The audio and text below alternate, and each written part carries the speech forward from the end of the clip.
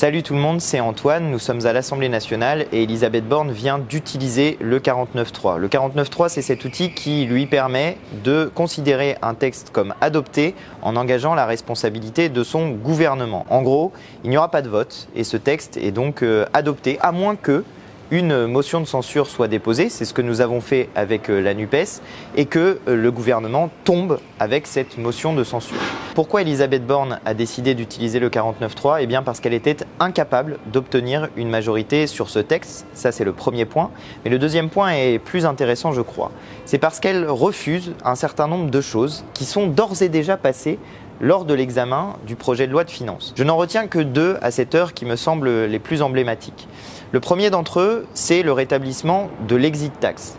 L'exit tax, c'est un mécanisme de lutte contre l'évasion fiscale qui avait été mis en place par Sarkozy et qui avait été supprimé par Emmanuel Macron à son arrivée au pouvoir en 2018. C'est en 2018 qu'il avait pris cette décision. Eh bien, dans les débats à l'Assemblée nationale, lors de l'examen donc de ce projet de loi de finances, nous avions rétabli ce mécanisme de lutte contre l'évasion fiscale. Et évidemment, la première ministre du président des riches ne veut pas d'un outil qui permet de lutter contre l'émigration fiscale. À celles et ceux qui nous parlent sans cesse des problèmes que peut poser l'immigration, eh bien nous répondons à l'inverse, qu'il faut se questionner sur ces émigrés fiscaux qui coûtent très cher à la France parce qu'ils fuient l'impôt et refusent de participer à la vie de leur patrie. Comme le disait Danton, on n'emmène pas la patrie à la semelle de ses souliers. Eh bien certains pensent que si, et que donc on peut se soustraire à l'impôt. Nous avions décidé de rétablir un mécanisme qui permet de lutter contre cette évasion fiscale, contre cette émigration fiscale.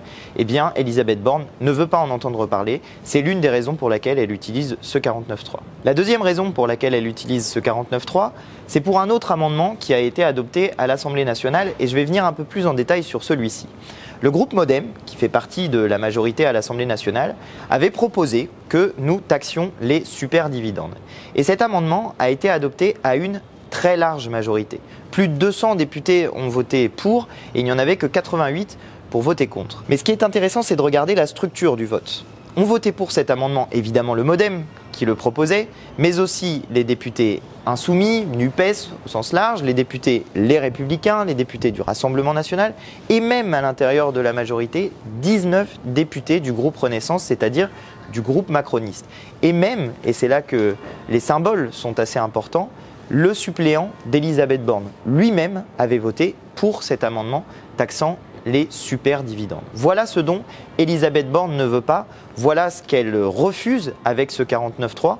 C'est donc un déni de démocratie qui est évident, mais un déni de démocratie non seulement contre les oppositions, contre sa propre majorité qu'elle est en train de brutaliser, et contre la volonté du peuple, parce qu'il est évident qu'il y a un soutien massif de ces amendements dans le peuple français. Enfin, qui peut être contre un outil qui permet de lutter contre l'évasion fiscale ? Qui peut être contre un outil qui permet de taxer des dividendes qui atteignent des sommes stratosphériques, alors même qu'on est en train de refuser à un certain nombre de salariés l'augmentation de leur salaire. Alors l'utilisation de ce 49.3, c'est la fin d'un faux suspense. Depuis le début, on savait que le gouvernement utiliserait le 49.3 parce que depuis le début, il avait fixé un agenda qui était intenable. Nous étions censés arrêter l'examen de ce projet de loi de finances aujourd'hui, ce 19 octobre, et il restait l'essentiel des amendements. Les 2/3 des amendements n'avaient pas été étudiés.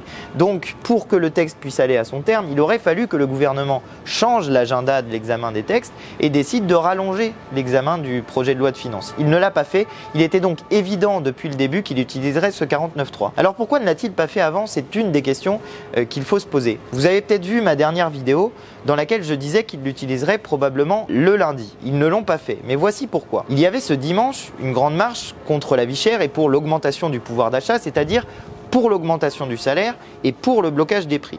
Et le gouvernement ne pouvait donc pas utiliser le 49.3 avant que cette marche ait eu lieu parce que sinon, il l'aurait alimenté encore davantage par son coup de force antidémocratique. Il aurait donc mis sans doute davantage de personnes dans la rue, en tout cas pour le moins, c'est ce qu'il craignait et il a donc décidé de ne pas l'utiliser le vendredi. Il aurait donc pu l'utiliser le lundi, mais il se trouve que le mardi, il y avait une grève et une mobilisation générale, là aussi, pour l'augmentation des salaires et contre la vie chère. Donc le gouvernement était contraint en quelque sorte par ces deux dates de mobilisation sociale extrêmement importantes et qui ont attiré énormément de monde, montrant d'ailleurs que la question centrale, c'est la question de l'augmentation des salaires, comme nous l'avions dit cet été, à l'Assemblée nationale dans le cadre de l'examen du projet de loi sur le pouvoir d'achat. On met des gros guillemets parce que je pense que vous le savez, ça n'a rien changé dans votre vie quotidienne. Le gouvernement est donc entré dans une rhétorique pour essayer de dire pourquoi il n'utilisait pas le 49.3 en disant qu'il voulait laisser place au débat, que ça se passait bien à l'Assemblée, que donc ça pouvait avoir lieu, etc., etc. Sauf que il était contraint en même temps par ce qui était en train de se passer à l'Assemblée nationale et par le fait qu'il voyait bien qu'un certain nombre de débats avaient effectivement lieu et qu'il allait contre la volonté du gouvernement, qui est toujours la même, comme de 2017 à 2022. Emmanuel Macron cherche à protéger les riches. Alors, pourquoi utiliser le 49.3 maintenant et pas demain ou après-demain en ayant changé l'agenda? Eh bien parce qu'arrivaient sur la table de nouveaux amendements sur des sujets dont le gouvernement ne voulait pas entendre parler, ou du moins dont il ne voulait pas que le débat ait lieu, parce que vous le savez, quand un débat a lieu à l'Assemblée nationale, il sort de l'Assemblée nationale par les réseaux sociaux ou par le jeu des médias traditionnels quand ils font leur travail correctement. Et dans les sujets qui arrivaient sur la table à l'Assemblée nationale, il y avait deux choses dont le gouvernement ne voulait pas entendre parler.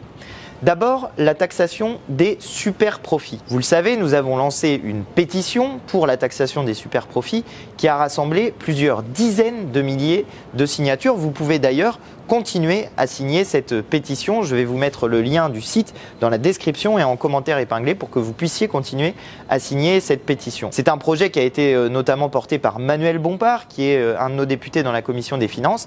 Et Manuel avait normalement sur ce sujet un certain nombre d'interventions qui auraient montré le bien fondé d'une telle taxe sur les super profits. Et bien de ça, Elisabeth Borne ne voulait pas entendre parler, elle ne voulait pas que le débat ait lieu. Et donc le 49.3 est une manière de mettre fin au débat, d'empêcher qu'il ait lieu. Et puis il y a un deuxième sujet dont Elisabeth Borne ne voulait pas entendre parler. C'est la suppression de la CVAE qui était proposée dans ce projet de loi de finances. La CVAE, c'est la cotisation sur la valeur ajoutée des entreprises. Alors il y a deux raisons pour lesquelles Elisabeth Borne ne voulait pas que le débat puisse avoir lieu. La première raison, c'est parce qu'il s'agit évidemment de faire encore une fois un cadeau aux entreprises dans un moment où on voit que certaines entreprises réalisent des super profits et versent des super dividendes, mais refusent d'augmenter les salaires. Eh bien, nous aurions pu avoir ce débat à l'Assemblée nationale sur la question des cadeaux qui sont faits aux entreprises. Et sachez-le, l'ensemble des cadeaux qui sont faits aux entreprises, c'est 160 milliards d'euros chaque année. 160 milliards d'euros chaque année, c'est l'équivalent du déficit de l'État. Ce n'est pas une petite somme qui est donnée aux entreprises. Et bien là, Elisabeth Borne veut rajouter un cadeau aux entreprises et elle ne voulait pas que le débat puisse avoir lieu sur ce sujet parce qu'elle sait très bien que sur ce sujet encore, il y a une majorité de Français qui sont favorables au fait qu'il existe un partage de la valeur par l'imposition qui permet justement de faire un équilibre entre ceux qui gagnent beaucoup et ceux qui gagnent moins. Et ça, Elisabeth Borne ne voulait pas que le débat ait lieu. Et puis, il y a une deuxième raison pour laquelle elle ne voulait pas qu'on parle de la CVAE. C'est parce qu'à cette occasion-là, on aurait pu parler de la situation des collectivités territoriales. Car la CVAE, c'est utilisé notamment pour alimenter le budget des départements, des municipalités et des intercommunalités. Or aujourd'hui, ces départements, ces collectivités territoriales, ces municipalités sont dans une situation... Ah, ils viennent de nous allumer la lumière, bah c'est tant mieux parce qu'il commençait à faire nuit. Je vous disais que la CVAE s'est utilisée pour financer les collectivités territoriales. Or, ces collectivités territoriales, municipalités, départements, sont prises à la gorge par l'augmentation des prix de l'énergie et de l'alimentation. Prises à la gorge parce que les collectivités, eh bien, elles utilisent de l'électricité, elles utilisent du gaz et puis elles fournissent aussi les cantines. Donc toute cette augmentation des prix a des effets sur leur propre budget. Or, en supprimant une source de financement, eh bien, il faut que l'État compense cette source de financement. Donc, à la fois, on est en train de supprimer un des outils, mais en même temps, on est en train de centraliser encore les choses, de redonner encore du pouvoir à Emmanuel Macron sur l'avenir des municipalités et des départements. Et c'est de tout cela dont Emmanuel Macron et Elisabeth Borne ne voulaient pas que nous puissions parler à l'Assemblée nationale. Il faut savoir qu'aujourd'hui, dans certaines municipalités, on est en train de fermer des services publics à cause de l'augmentation des prix de l'énergie. Il y a des mairies, par exemple, qui sont en train de fermer les piscines parce qu'elles n'arrivent plus à fournir l'argent nécessaire pour payer l'électricité que nécessite un bâtiment public comme une piscine. Voilà tout ce dont Elisabeth Borne et Emmanuel Macron ne voulaient pas que nous parlions à l'Assemblée nationale et c'est la raison pour laquelle ils ont décidé d'utiliser le 49.3, de brutaliser l'Assemblée nationale, de brutaliser la volonté du peuple français exprimée dans les urnes en juin dernier à l'occasion des législatives et de brutaliser la volonté du peuple français, dont nous savons qu'il est favorable aux mesures qui avaient été adoptées à l'Assemblée nationale, comme la taxation des superdividendes, comme le rétablissement de l'exit tax, qui est donc un mécanisme de lutte contre l'évasion fiscale. Qui peut être contre la lutte contre l'évasion fiscale? Franchement, personne. Et puis, elle ne voulait pas donc qu'il y ait lieu la suite des débats. Voilà ce qui s'est passé cette semaine politique à l'Assemblée nationale. Voilà ce qui se passe en ce moment avec l'utilisation de ce 49.3. Et pour vous donner les quelques événements qui vont venir dans les jours prochains, il y a demain, donc jeudi 20 octobre, l'examen du projet de loi de finances de la sécurité sociale. C'est la même chose que ce qu'on était en train d'étudier, mais sur ce qui concerne la sécurité sociale. Et puis, il va y avoir surtout samedi l'examen de la motion de censure déposée par la NUPES pour donc faire tomber le gouvernement, puisque c'est le seul outil que nous avons pour empêcher ce texte de passer alors qu'il n'avait pas de majorité. Voilà ce qui va se passer dans les jours à venir. Moi, je vous invite vraiment à surveiller ce qui se passe à l'Assemblée nationale dans les jours à venir, parce qu'on obtient des informations très intéressantes. Je vous l'ai dit sur ce qui vient de se passer dans l'ensemble, mais pendant le débat parlementaire, on a obtenu d'autres informations, notamment sur le positionnement du Rassemblement national vis-à-vis des plus riches. Sachez-le, le Rassemblement national a refusé de rétablir l'ISF. Nous avions proposé de rétablir l'impôt de solidarité sur la fortune supprimé par Emmanuel Macron. Eh bien, le Rassemblement national a refusé de le faire. Voilà ce qui s'est passé à l'Assemblée nationale dans ces débats. Voilà ce qu'on peut savoir en regardant ce qui se passe à l'Assemblée nationale. Et je vous invite donc vraiment à utiliser les outils qui sont à votre disposition pour suivre les débats en direct si vous le pouvez. Je sais qu'ils ont lieu pendant la journée de travail, donc c'est pas forcément facile, mais aussi à vous informer en suivant ce genre de vidéos. J'essaye de les faire pour vous donner des petits points réguliers, mais suivez l'ensemble des députés, notamment de la NUPES, notamment les Insoumis, qui essayent de vous faire des lectures des événements de ce qui se passe. J'espère que cette vidéo vous a plu. Si c'est le cas, je vous invite à vous abonner à ma chaîne en n'oubliant pas de cliquer sur la petite cloche. Ça vous permettra justement de recevoir des notifications à chaque fois que je publie une vidéo de ce type-là pour essayer d'éclairer un peu ce qui est en train de se passer à l'Assemblée nationale. Si cette vidéo vous a plu, je vous invite aussi à mettre des petits pouces bleus. Et puis dites-moi dans les commentaires ce que vous en pensez, je les lis beaucoup. Moi, ça m'aide à savoir si, disons, ce que j'ai dit est bien dans le ton de ce que vous attendez, si ça vous est utile, si ça vous est pas utile. Donc vraiment, n'hésitez pas. Il y a quelques personnes qui sont venues me voir dans les dernières manifestations pour me dire que c'était très utile.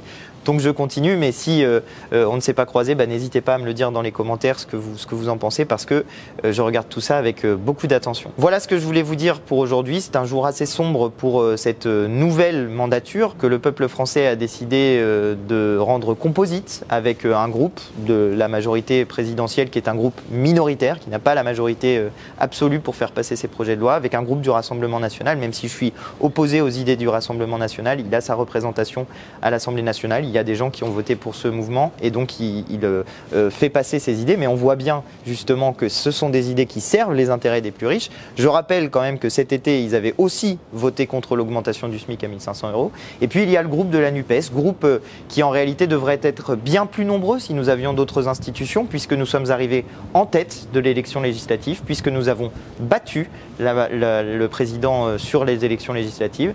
Et donc nous défendons les propositions pour lesquelles vous avez voté en choisissant les candidatures de la NUPES qui soutenait la candidature de Jean-Luc Mélenchon au poste de Premier ministre. Restez bien connectés à l'Assemblée nationale, parce qu'Emmanuel Macron a d'ores et déjà menacé de dissoudre l'Assemblée nationale si elle était bloquée, on met des gros guillemets, parce que ce sont eux qui sont en train de bloquer l'Assemblée nationale.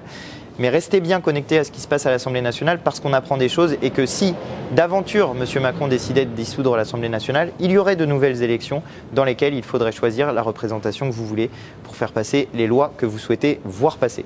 Voilà ce que je voulais vous dire pour aujourd'hui. N'oubliez pas de vous abonner à ma chaîne si la vidéo vous a plu. Et moi, en attendant, je vous dis à très bientôt pour de nouvelles vidéos. Allez, salut!